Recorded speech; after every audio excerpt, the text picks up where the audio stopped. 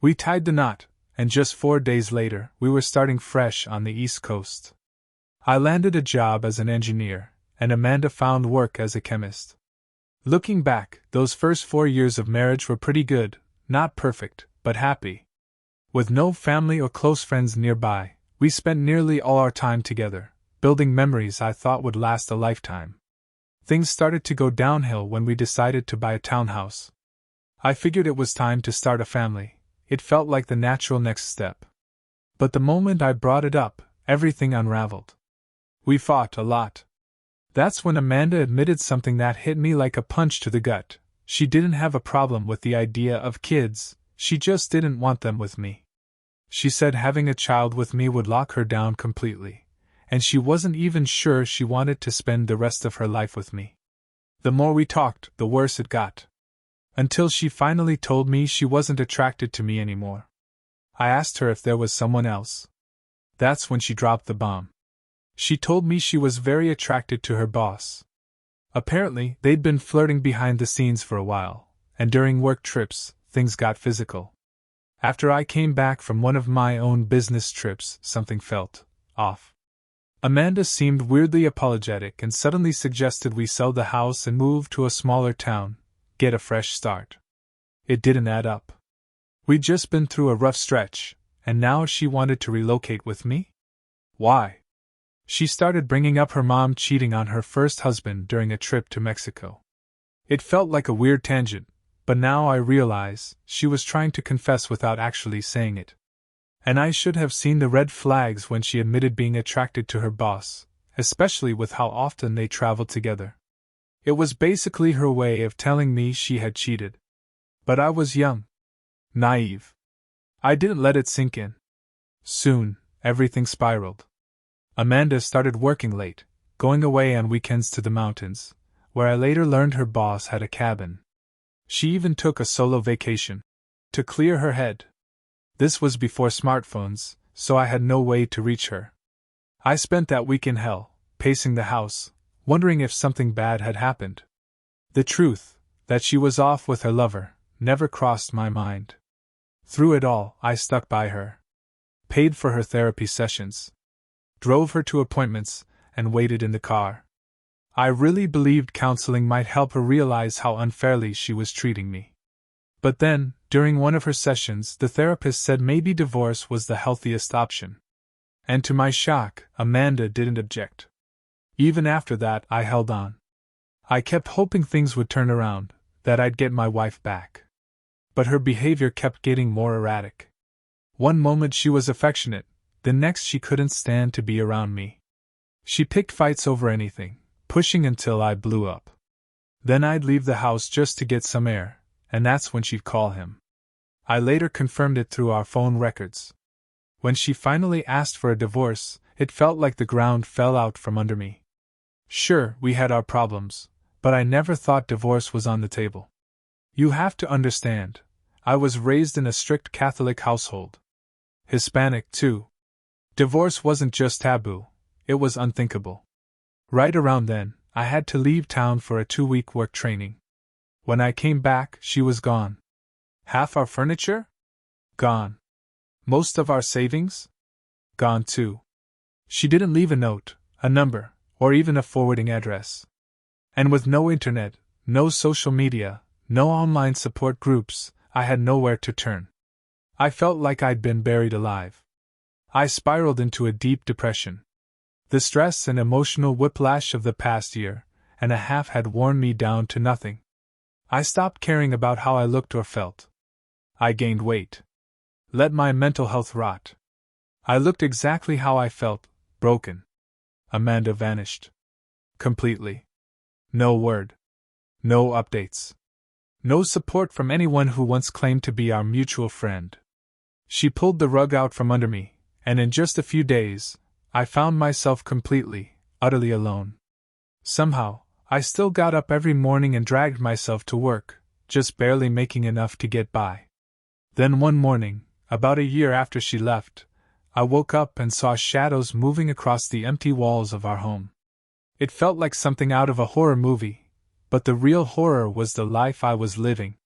That was the moment I realized, If I didn't find a way to pull myself out of that hole soon, I'd become nothing more than one of those shadows, fading away in a cold, empty room. I was living a nightmare. There's no other way to describe it. To give you some perspective, about 5 years before Amanda left me, I had to undergo open-heart surgery.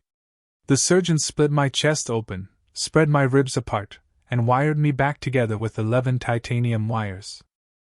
It took me a year and a half to fully recover from that ordeal. But you know what? I'd go through that surgery again, every brutal second of it, before I'd ever relive the pain of being betrayed and abandoned by the woman I loved.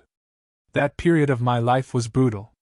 But somehow, I managed to claw my way out of that deep, dark hole of despair and start rebuilding myself. I made a decision. I wasn't going to stay broken. I was going to transform who I was from the inside out. Despite the emotional wreckage, I still had my job and a roof over my head. So I focused on what I could control, my health. I started working out regularly and ended up losing 50 pounds. I ditched my old clothes and updated my wardrobe. I even made the switch from glasses to contact lenses. Then I got into running. I trained for and completed a marathon. I picked up rock climbing. I joined a local volleyball league. Little by little, I was becoming someone I could be proud of. I wasn't the best-looking guy out there, but I had something better. I radiated confidence. And that's something people notice. Women started noticing, too. Before long, I was back in the dating scene. And looking back, I can honestly say, Amanda's betrayal turned out to be the best thing that ever happened to me. It forced me to find out who I really was, to become the man I was meant to be. A couple of years into this new chapter of my life, I met someone. Fate introduced me to her through work. She'd seen me at my lowest and watched me rise again. To say she was beautiful would be a massive understatement. Even the security guards at our building couldn't believe the babe of the building was dating me. Eventually, we fell in love and got married. She left her job to raise our 4 kids, and with only one income on the expensive East Coast, money was tight. But she made it work.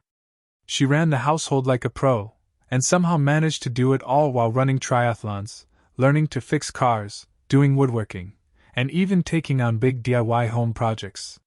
Right now, we're working on converting a camper van to travel the country once I retire in December. And this winter? We're expecting our first grandchild. She's taught me what it really means to be with a strong, independent woman. And my life is better for it. We never know what life's going to throw at us. But I've learned that good people do find their way to you, sometimes when you least expect it. And betrayal doesn't have to be your final chapter, especially if reconciliation isn't on the table. Sometimes, what feels like the end is just the beginning of something better. Now I know some of you are probably wondering, whatever happened to Amanda? Well, a few years after she left, word got around that her boss divorced his wife.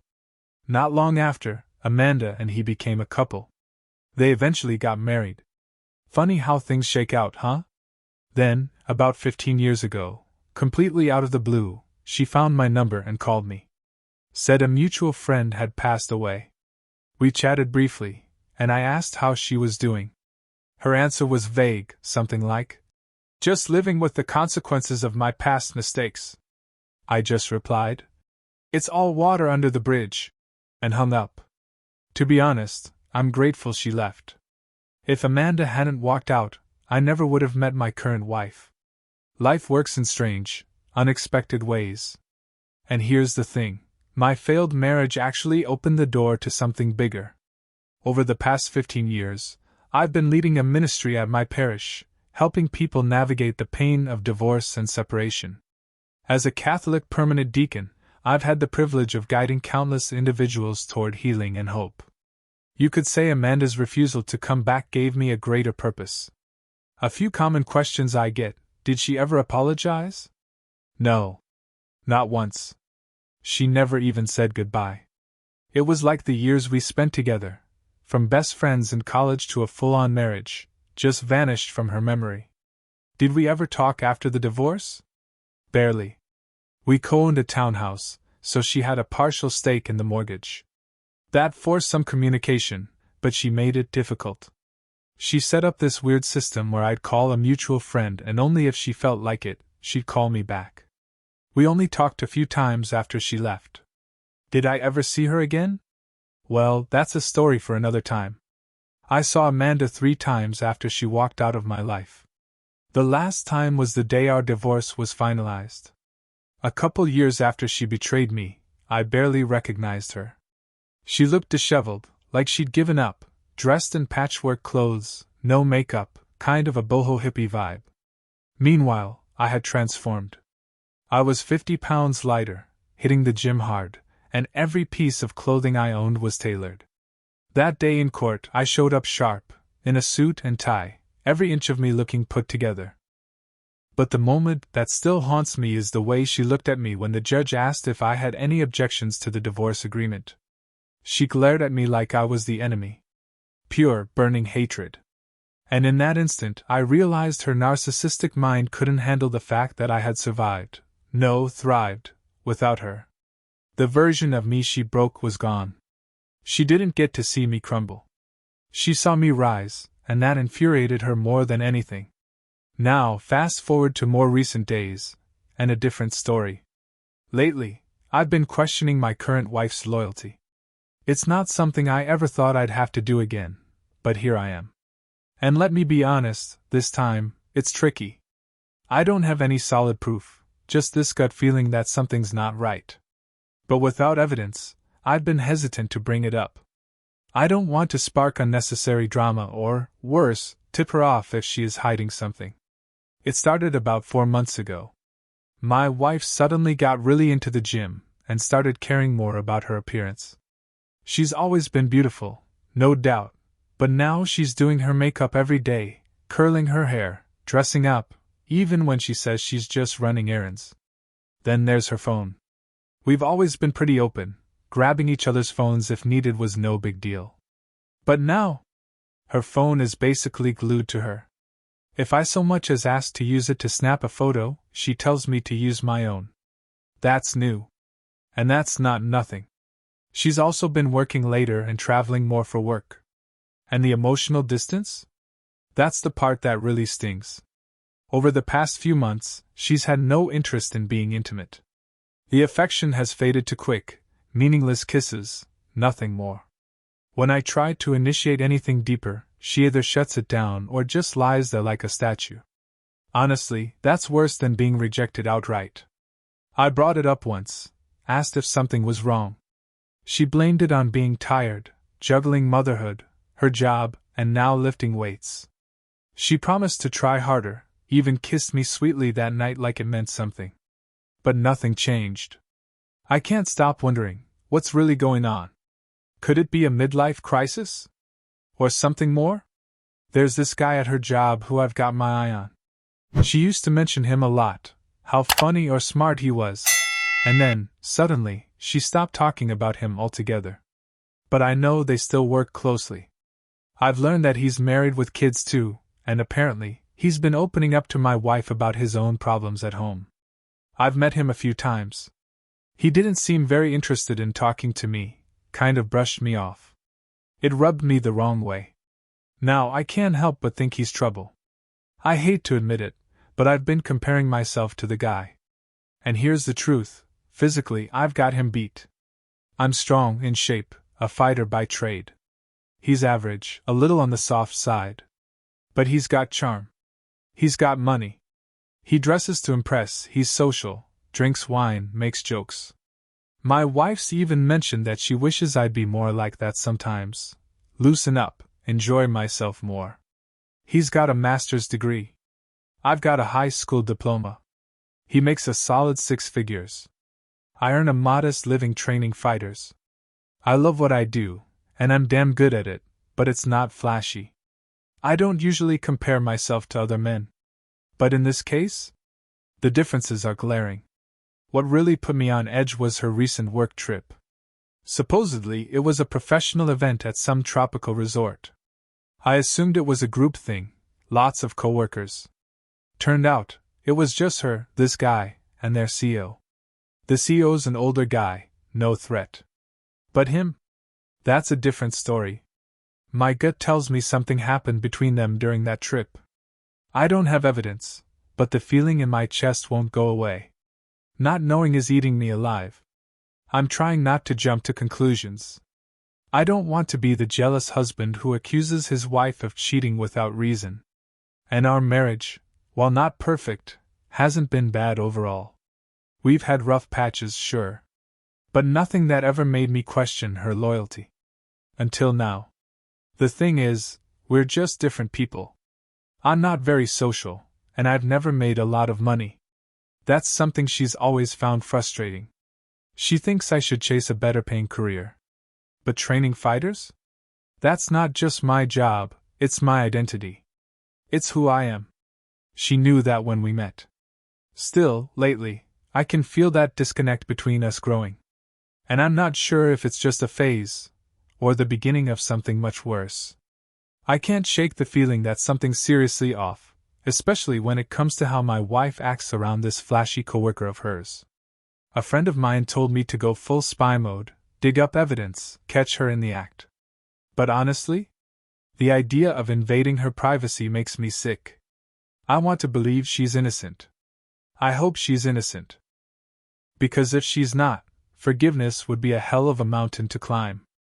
Lately, though, thoughts of her cheating have been clawing at the back of my mind. The worst part? We have 2 kids. The thought of not tucking them in every night, of only seeing them on weekends, it guts me. They're my world, and the idea of losing that routine terrifies me. If anyone out there has advice, I'm all ears. I don't want to wreck my marriage over suspicion, but I can't keep pretending nothing's wrong. I got access to our cell phone account. My wife uses her phone constantly for work, so at first, I didn't expect to see anything unusual. But after sorting through the logs, I noticed something off. There were hundreds of texts, mostly late at night, to a single number. Like clockwork? A few hours after we'd both supposedly gone to bed. It hit me like a gut punch. Now I'm determined to figure out who owns that number. I've been trying to get a hold of her phone when she's not paying attention, just to see what name she has it saved under. But I already know in my gut, it's him. And when I found those logs, I was furious. I tried talking myself down, telling myself maybe it was just an old friend. But last night, when I reached out to her, tried to hold her, be close, she brushed me off again. Said she was too tired. Had a headache. I told her I felt like we weren't connecting lately. She apologized. Promised, again, to make more of an effort.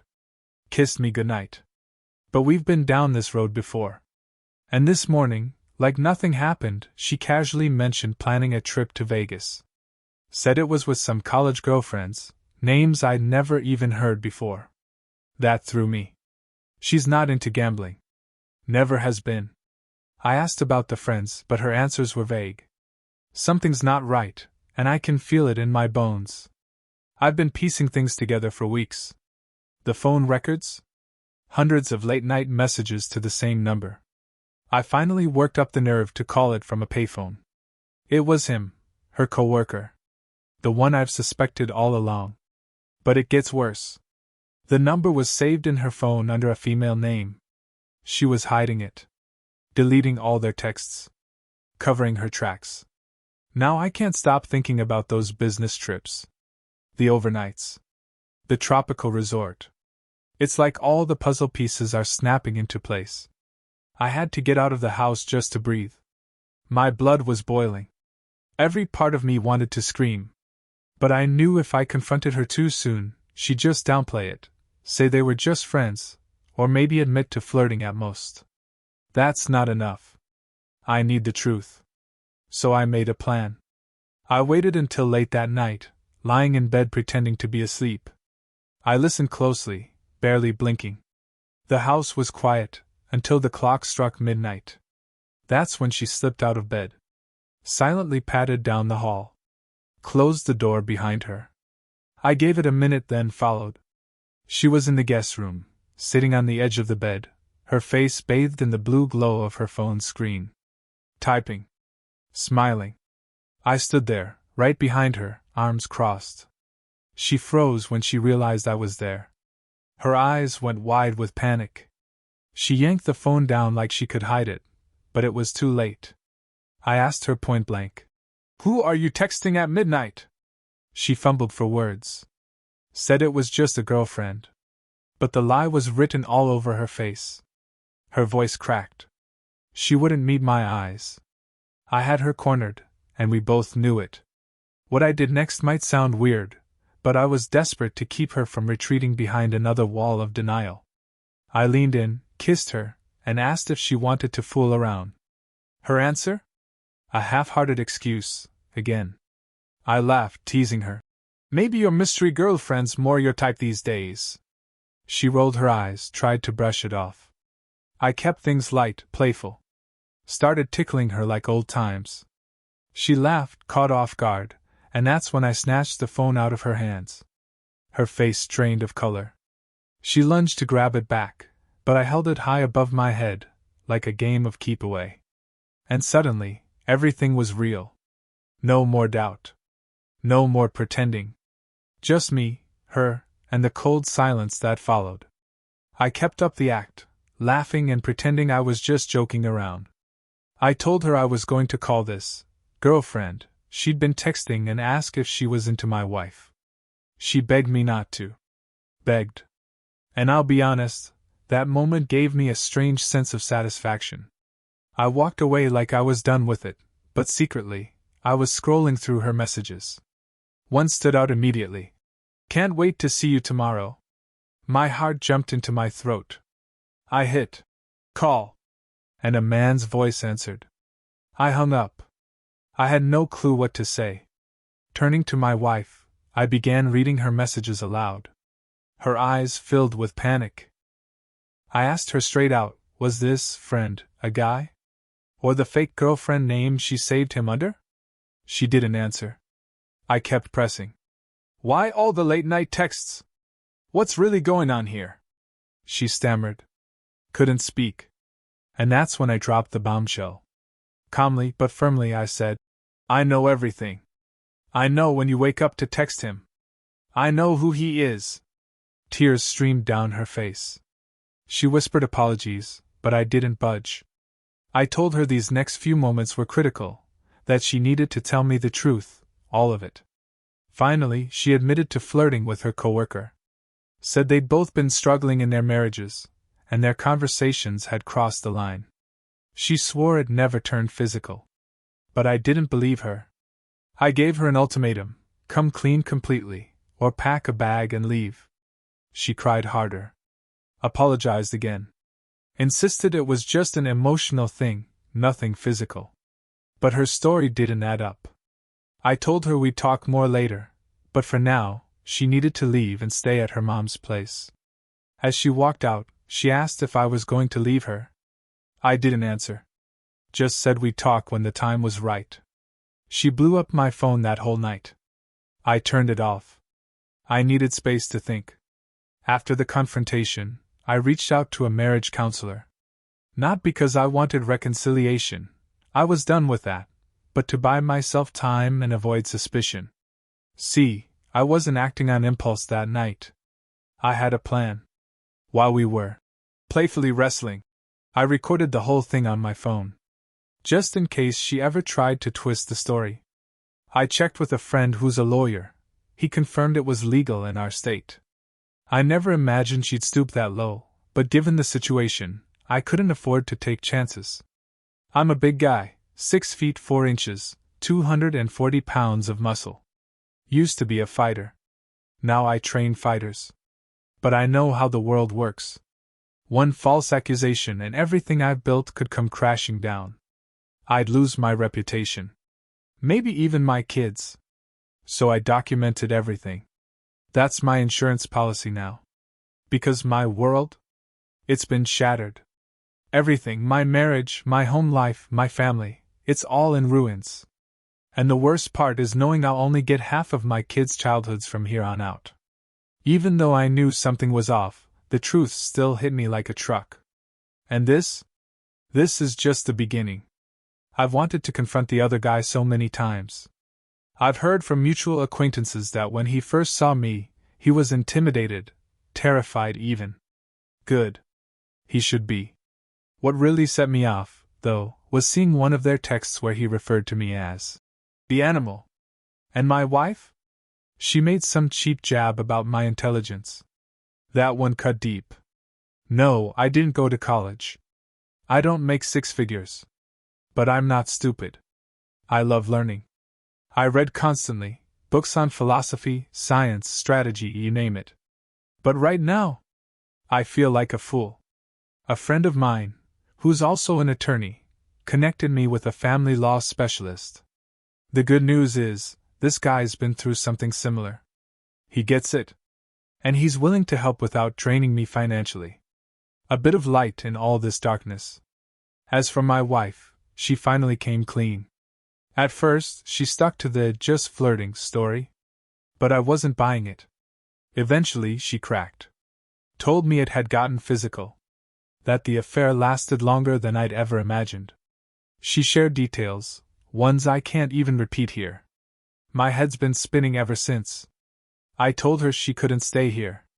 That it was best, for me, for the kids, for her, to be at her mom's place for now. I needed space. And our children? They deserve normalcy, not this chaos. My attorney said staying in the house is crucial. It shows stability.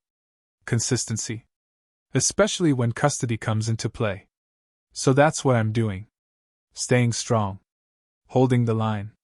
Even though my whole world feels like it's been burned to the ground. I've made up my mind, this marriage is over. But I haven't told her yet. She'll find out when the divorce papers are served. Right now, my head's a wreck.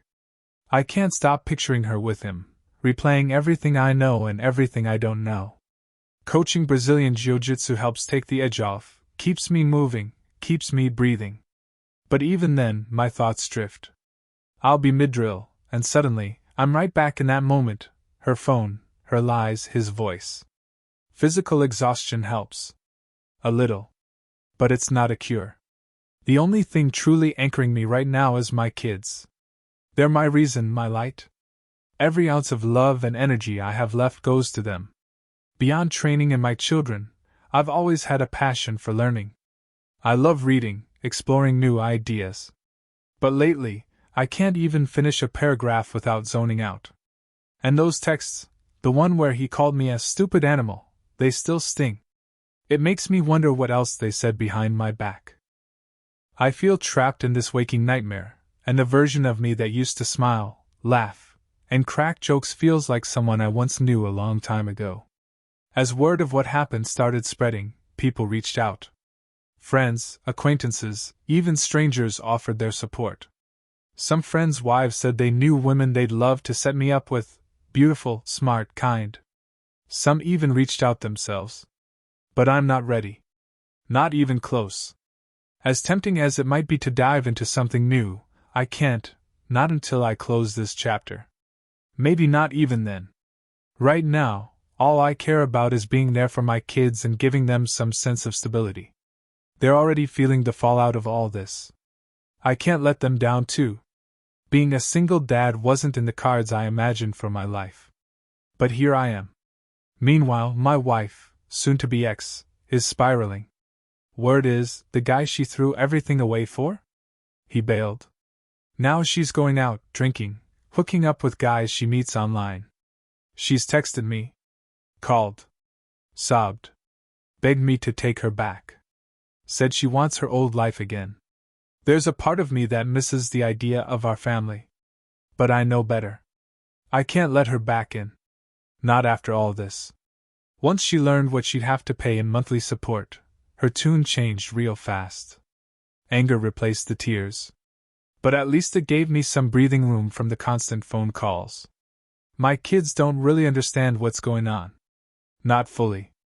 They just know things aren't the same. I feel hollow every moment they're not with me. The house feels too quiet. Too empty. Even the girl at the local coffee shop noticed. Asked if everything was okay. I guess I'm not doing a great job of hiding it. I've become that guy, the one whose wife cheated. The one with a shattered home and a heavy heart. And as much as people mean well trying to set me up, I'm just not interested. I wouldn't even know how to date again. The only thing that's sparked any kind of joy lately is seeing a couple of my fighters succeed on the public stage. Watching them win, seeing their hard work pay off, that lit something inside me. Something I hadn't felt in a while. But I still feel stuck. Lost. Like I need to snap out of it but can't quite find the motivation. Then there's this other thing. A woman I met through friends. She's beautiful, absolutely stunning. But she's also about 14 years younger than me. That age gap? It throws me.